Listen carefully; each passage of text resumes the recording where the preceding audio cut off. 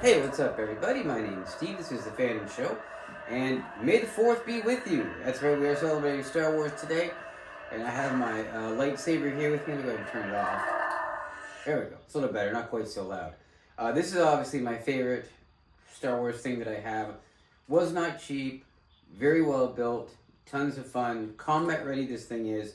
It's been an absolute joy since I pulled this thing out of the box to be able to play around with it and have fun. So that's really cool. So yes, we're celebrating Star Wars today. I'm in my new studio of sorts. Things have been changing in life, so I've sort of moved my little setup here out to the shed.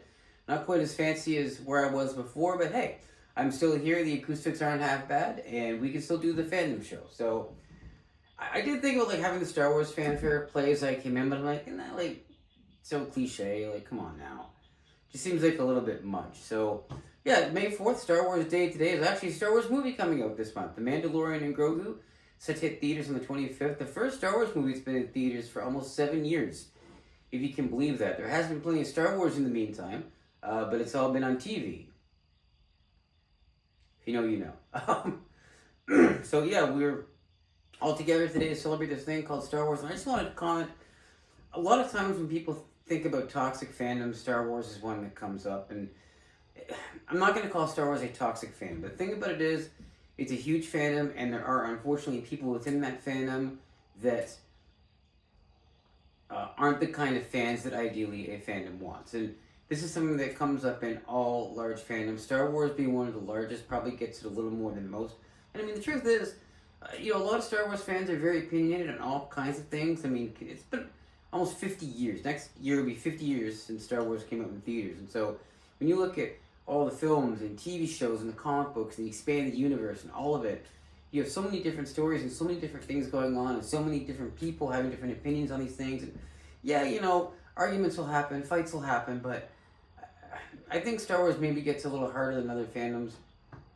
Again, because really, when you think of the word fandom, when you think of like Comic Cons and comic book nerds and that kind of stuff, cosplayers, what's one of the first things you think of? You think of Star Wars, right? Because Star Wars really was one of the big major fandoms that helped to bring Comic-Con culture, if you like to call it that, into the mainstream.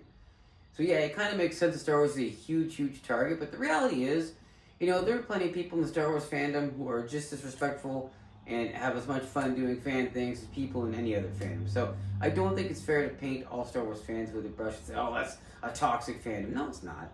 There's just some idiots in this fandom that they kind of ruin it for the rest of us sometimes. But that doesn't mean that we're all going to cause problems. A lot of us love Star Wars, and as I said, we're very respectful about it. So that's basically my piece on that. But yeah, there's always stuff going on May the 4th. I actually follow an autograph group on Facebook. I bought a couple pieces from them, including a Star Wars themed piece, which I won't show you tonight, but it was definitely a piece that I've always wanted in my collection.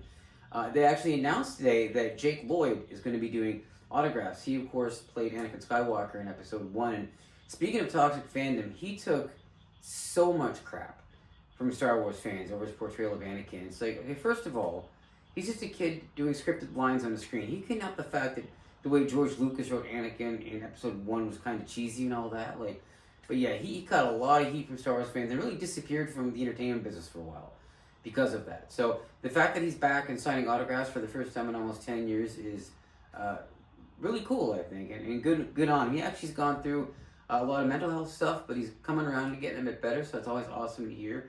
About $200 a pop for his autograph, but I mean, hey, it's Star Wars and he doesn't sign much, and if that's what he thinks he can charge, then, I'm sure he can get away with it. I mean, some Star Wars people are even more than that. Mark Hamill at a Comic-Con typically goes for around $700, if you can believe that. Now, that might be like, oh god, that's so expensive. It is, but Mark Hamill also does that because he doesn't want to be in a situation where, well, let's say he offers them for $100 a pop. He doesn't want it to be a situation where a guy will come up to him with like 10 action figures in comic books, be like, all right, Mark, here's $1,000, sign them all for me.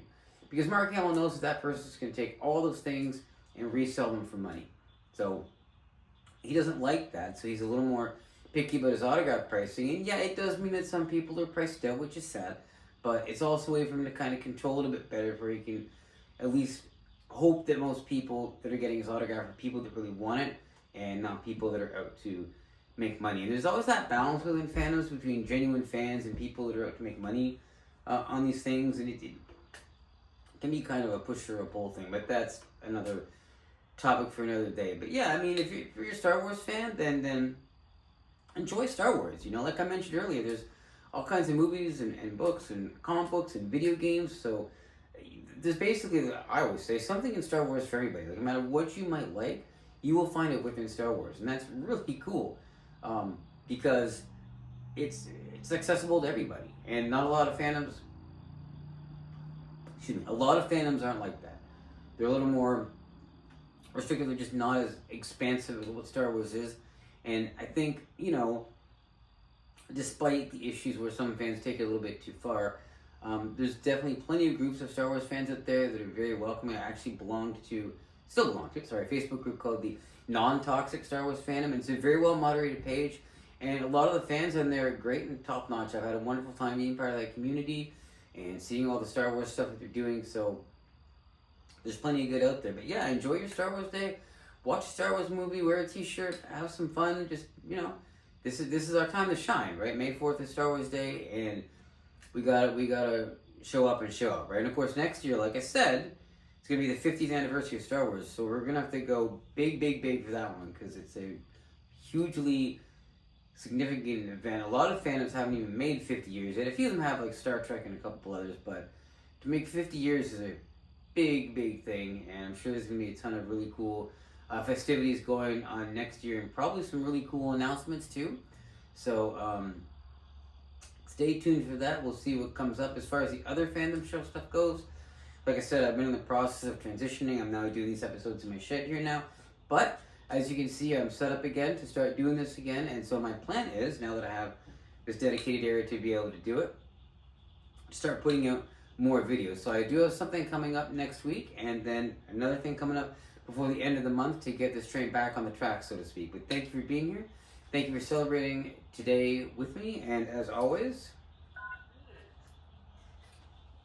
may the Force be with you.